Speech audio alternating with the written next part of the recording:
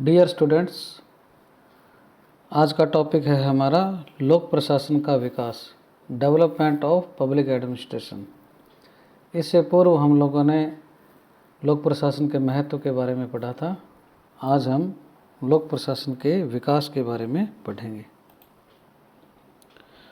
लोक प्रशासन विषय का जो विकास है उसको हम क्या है दो भागों में विभाजित कर सकते हैं। एक तो इसका क्या है प्रक्रिया के रूप में, और दूसरा क्या है अध्ययन की शाखा के रूप में। प्रक्रिया के रूप में लोक प्रशासन उतना ही पुराना है जितना मानव समाज। आदिम समाजों में कबीलों ने जंगली जानवरों से सुरक्षा हेतु जो सामूहिक प्रयत्न किए थे, वहाँ प्रशासनिक प्रक्रिया के रूप में मौजूद था।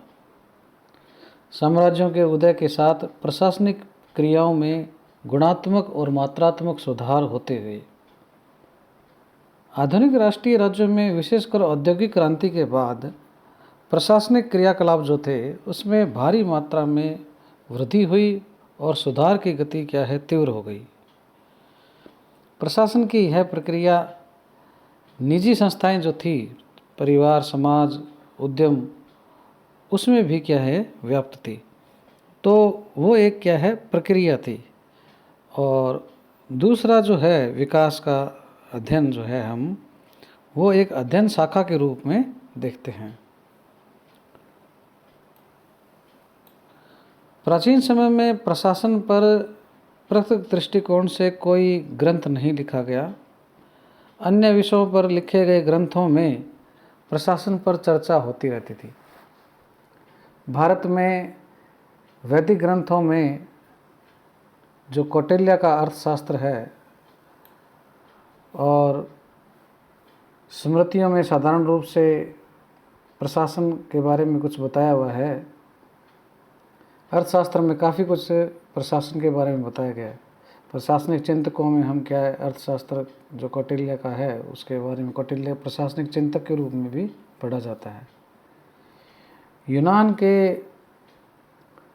जो दार्शनिक हैं अरस्तु, उन्होंने क्या है पॉलिटिक्स पुस्तक लिखी। वो भी क्या है राजनीति विज्ञान पर आधारित है और उसमें प्रशासन का भी उल्लेख है। इसी प्रकार द रिपब्लिक जो है प्लेटो का, वो भी क्या है ग्रंथ माना जाता है। और चीन में कन्फ्यूशियसवाद, ये करीब 600 ईसा पूर्व चीन में कन्फ्यूशियस की जो शिक्षाएं हैं वो भी क्या है प्रशासन पर आधारित है।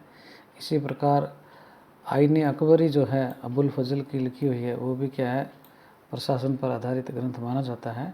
इसी प्रकार मैकियावेली का द प्रिंस और हॉब्स का लिविथियन, ये भी क्या है प्रशासन का ग्रंथ माना जाता है। इन सभी ग्रंथों में, प्राचीन काल के ग्रंथों में प्रशासन के बारे में उल्लेख है। अब हम आधुनिक काल की बात करते हैं तो यहाँ पर लोक प्रशासन नामक जो शब्द है वो 17वीं शताब्दी में ही प्रयोग में होने लगा था। पब्लिक एडमिनिस्ट्रेशन जिसको अंग्रेजी में कहते थे, जिसका उद्देश्य था राजा के जो सार्वजनिक कार्य थे, सरकारी कार्य जो थे, सरकारी जो सार्वजनिक प्रशासन जो था उसको, जो उसके घरेलू कार्य थे उनसे क्या है अलग करने का उद्देश्य था। इस संदर्भ में क्या है लोक प्रशासन शब्द काम में लिया गया। ये बात गेराल्ड कैडर ने अपनी पुस्तक the dynamics of public administration में की है। आधुनिक युग में प्रशासन की चर्चा जो है वो 18वीं शताब्दी के अंतिम समय में हुई थी। अमेरिका के वित्त मंत्री अलेक्जेंडर हैमिल्टन ने फेडरलिस्ट जो है एक पत्रिका है उसका 72वां जो अनुच्छेद है उसमें क्या लोक प्रशासन के कार्यों का वर्णन किया है। इसी प्रकार फ्रांस के लेखक जो हैं चार्ल्स जीन बोनिन, उन्होंने क्या है प्रिंसिपल डी एडमिनिस्ट्रेशन पब्लिक सन 1812 में ये पुस्तक लिखी थी। ये क्या है, इसमें क्या है लोक प्रशासन शब्द का, पब्लिक एडमिनिस्ट्रेशन शब्द का पहली बार प्रयोग करने का श्रेय इनको प्राप्त है। ये वैसे चार्ल्स जीन बुनिन की जो प्रिंसिपल डी एडमिनिस्ट्रेशन पब्लिक है 1812 में जो ये छपी थी किताब, ये लोक प्रशासन की पहली पुस्तक मानी जाती है, लेकिन यह पहली पाठ्य पुस्तक नहीं है। अब इसके पश्चात हम लोक प्रशासन का जो विकास है उसको क्या है 5 चरणों में विभाजित किया गया है, उसके बारे में हम देखते हैं।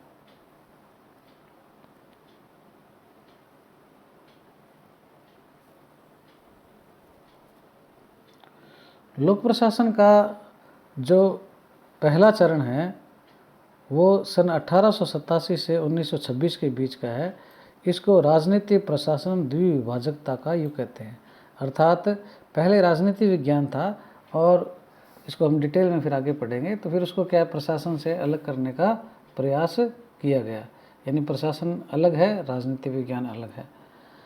उसके बाद दूसरा चरण 1927 से 1937 में आया। उसमें क्या है प्रशासन को विज्ञान बनाने के लिए क्या सिद्धांतों का निर्माण किया गया।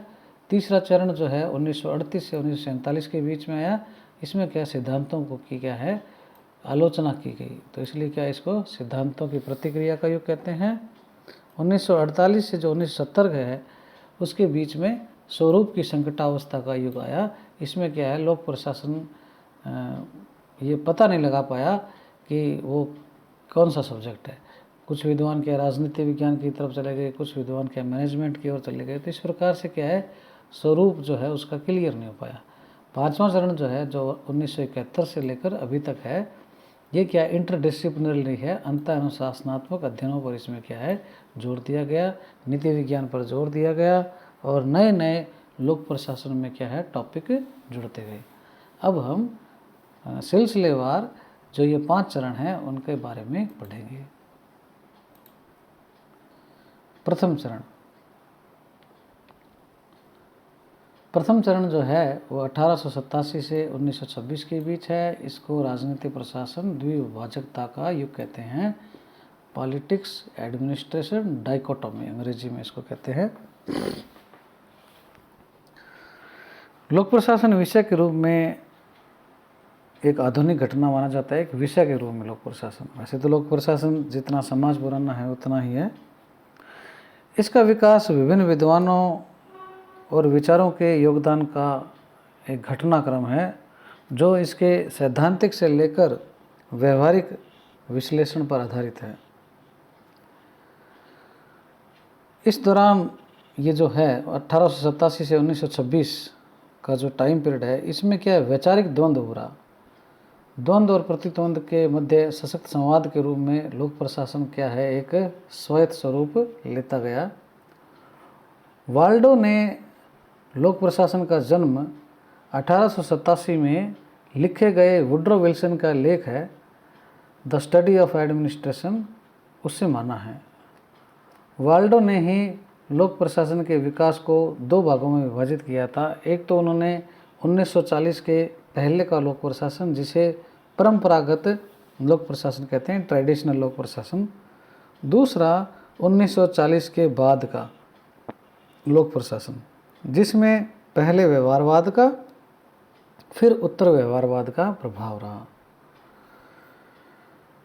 लोक प्रशासन का जो प्रथम चरण है इस चरण में लोक प्रशासन का जन्म हुआ और इसकी सैद्धांतिक पृष्ठभूमि तैयार की गई। वास्तव में किसी भी विषय के विकास के लिए उसकी सैद्धांतिक पृष्ठभूमि अनिवार्य होती है जो इस विषय के लिए क्या है वाद का कार्य करती है। यह वाद या तर्क निम्न प्रश्नों के साथ शुरू हुआ। राजनीति और लोक प्रशासन में क्या अंतर है, कितना अंतर है और क्या यह अंतर दोनों के पृथक्करण के लिए पर्याप्त है। वुड्रो विल्सन को लोक प्रशासन का जनक माना जाता है, ये मैं आपको बता दूं। इनके लेख के साथ ही क्या है लोक प्रशासन को राजनीति से अलग करने की शुरुआत हुई थी। वुड्रो विल्सन ने ही इस अंतर की शुरुआत अपने लेख से की थी। पॉलिटिकल साइंस क्वार्टरली पत्रिका में द स्टडी ऑफ एडमिनिस्ट्रेशन के नाम से उनका लेख है। विल्सन के अनुसार प्रशासन का क्षेत्र क्या है, एक व्यवसाय का क्षेत्र है। पेशा है एक ही। जो राजनीति की हड़बड़ी और अन्य समस्याओं से क्या है बिल्कुल अलग है। राजनीति में क्या है काफ़ी पब्लिक डीलिंग रहती है, दाव पेच भी रहते हैं, वहाँ की एक अलग प्रकार की समस्याएं हैं। जबकि प्रशासन जो है इस प्रकार का नहीं है, वो एक प्रकार का व्यवसाय है, पेशा है।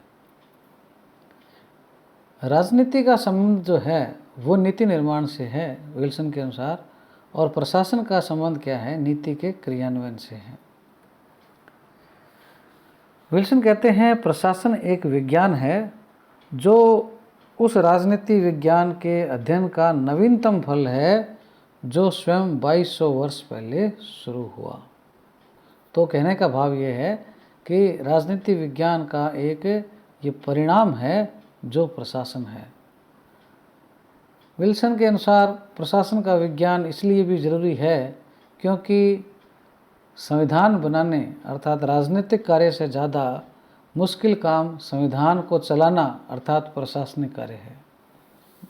भी राजनीति जो है वो नीति निर्माण का कार्य करते हैं, कानून बनाते हैं, लेकिन कानून को क्रियान्वित करना, लागू करना वो क्या है, ज़्यादा कठिन है। इसलिए क्या है, वो प्रशासन को विज्ञान बनाना चाहते थे। वो कहते थे कि एक प्रशासनिक विज्ञान का उद्देश्य क्या होगा। वो प्रशासनिक विज्ञान सरकार के जो रास्ते हैं, मार्ग जो है, उसको क्या है, एक आसान बनाएगा। अपने पेशेवर अंदाज में क्या है, वो राजनीति को क्या है, मार्गदर्शन देगा, परामर्श देगा। दूसरा, अपने कार्य को ज़्यादा व्यावसायिक या पेशेवर ढंग से संपन्न करेगा। यदि हम विज्ञान बनाएंगे उसको, तो प्रशासन जो है अपने कार्यों को ज़्यादा पेशेवर ढंग से या व्यावसायिक तरीके से करेगा। तीसरा, वो कहते हैं कि इससे क्या है, प्रशासन को विज्ञान बनाने से संगठनात्मक प्रभावशीलता है, जो संगठन की आउटपुट है, एफिशिएंसी है, उसमें क्या है, वृद्धि होगी, और कार्यकुशलता जो है उसमें भी क्या है, वृद्धि होगी। तो इस प्रकार से वुड्रो विल्सन ने क्या है, ये अपने विचार इसमें रखे। फ्रैंक जे गुडनाउ जो हैं, गुडनाउ ने विल्सन के इस विचार को कि राजनीति प्रशासन अलग है और प्रशासन का जन्म हमारे देश अमेरिका में ही हुआ है, को पूर्णता प्रदान की। गुडनाउ ने अपनी पुस्तक राजनीति और प्रशासन सन 1900 में लिखी। उन्होंने लिखा कि राजनीति राज्य की इच्छा का प्रतीक है, जबकि प्रशासन उस इच्छा के क्रियान्वयन का प्रतीक है। दोनों के कार्य करने के ढंग अलग हैं और उनकी प्रक्रियाएं भी अलग हैं।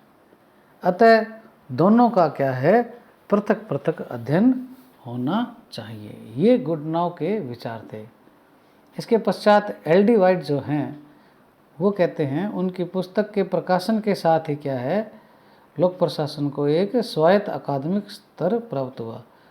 तो उनकी जो पुस्तक है the study introduction to the study of public administration है। अब हम ये बात निष्कर्ष निकालते हैं कि ये जो राजनीति प्रशासन द्विविभाजन जो है, इसमें दो बातें हुई। एक तो क्या है, लोक प्रशासन का जन्म हुआ, और राजनीति और प्रशासन को क्या है, अलग अलग किया गया।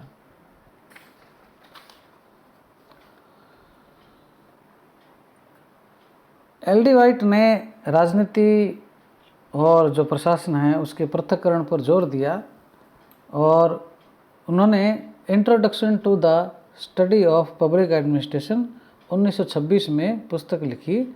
इस पुस्तक को लोक प्रशासन की प्रथम पाठ्य पुस्तक माना जाता है। Introduction to the study of public administration, ये क्या है, पहली पाठ्य पुस्तक मानी जाती है। तो कुल मिलाकर इस चरण में क्या है, राजनीति और विज्ञान अलग अलग हो गए, लोक प्रशासन का जन्म हुआ, लोक प्रशासन को विज्ञान बनाने की ओर प्रयास किया गया विल्सन के द्वारा, और कार्यकुशलता, मितव्ययता जो है, इन चीज़ों पर भी क्या है, थोड़ा सा जोर प्रारंभ हो गया। इसके पश्चात जो दूसरा चरण है वो है सिद्धांतों का स्वर्ण युग।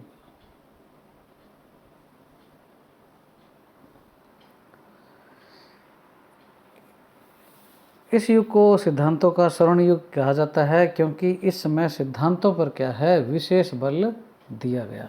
इसलिए इसको क्या कहते हैं, सार्वभौमिक सिद्धांत बनाना चाहते थे जो हर प्रकार के संगठन, हर परिस्थिति में लागू हो सके। इसलिए इसको क्या है, सिद्धांतों का स्वर्ण काल कहा जाता है।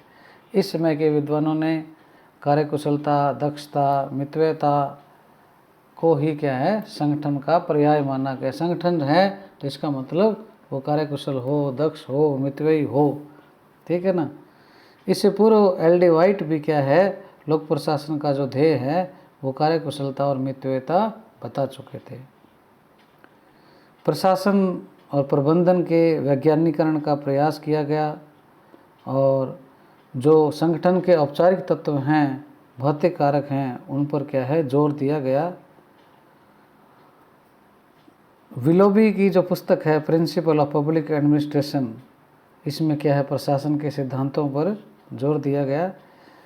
हेनरी फेयोल ने अपनी पुस्तक जो है इंडस्ट्रियल एंड जनरल मैनेजमेंट 1916 जो है, इसमें क्या है, 14 सिद्धांत दिए अपने, वो हम आगे पढ़ेंगे बाद में अगले चैप्टरों में।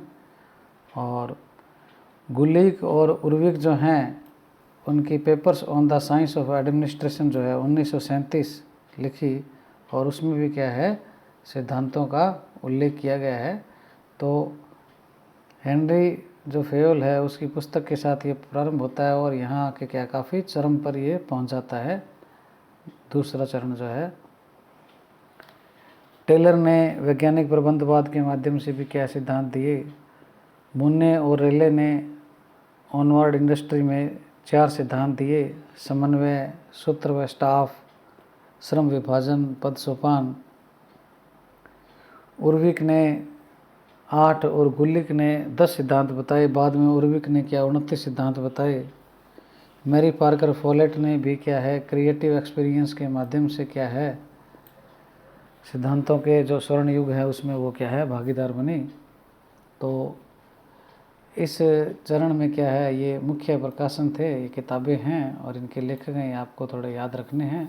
हेनरी फेयोल की industrial and general management 1916, Mary Parker Follett अर्थात MP फॉलेट की क्रिएटिव एक्सपीरियंस 1924, मुन्ने और रेले की ऑनवर्ड इंडस्ट्री 1931, गुलिक और उर्विक की papers on the science of administration 1937, मुन्ने और रेले की एक और है प्रिंसिपल ऑफ ऑर्गेनाइजेशन 1939। ये जो चरण हैं इसमें ओवरऑल हम देखते हैं कि उन्होंने कहा कि प्रशासन क्या है, मूल्य मुक्त है और एक यांत्रिक संरचना है जिसके क्या है, निश्चित सिद्धांत हैं और जिनका स्वरूप क्या है, सार्वभौमिक है। यानी उनके सिद्धांत कैसे हैं, सार्वभौमिक हैं। प्रशासन के जो कुछ सिद्धांतों की खोज के द्वारा वो क्या है, इसको विज्ञान बनाना चाहते थे। संगठन के क्या है, औपचारिक ढांचे पर क्या है, जोर देते थे वो, इस चरण के जो प्रमुख विद्वान थे। और इसी चरण से फिर क्या है, जो क्लासिकल विचारधारा है लोक प्रशासन की, वो आगे आएगी हमारे अगले यूनिटों में। शास्त्रीय विचारधारा, वैज्ञानिक प्रबंध, मानव संबंध विचारधारा, व्यवहारवादी, व्यवस्था विश्लेषण, ये सब आगे आएंगे। तो जो शास्त्रीय विचारधारा है, परंपरावादी विचारधारा जो है, क्लासिकल अप्रोच जो है, वो क्या है, इस चरण से क्या है, और ज़्यादा पुष्ट हुई। और इन्होंने क्या है, जो संगठन है उसके औपचारिक ढांचे पर ज़्यादा जोर दिया और इस प्रकार से क्या है, ये एक सार्वभौमिक सिद्धांतों का एक युग रहा। अभी हम लोगों ने 2 चरण पढ़े हैं, वीडियो काफ़ी लंबा हो जाएगा, तो शेष चरण जो हैं हम अगले क्लास में या वीडियो में पढ़ेंगे। आपको किसी प्रकार की इसमें कोई शंका हो तो आप मुझसे व्हाट्सएप के माध्यम से संपर्क कर सकते हैं।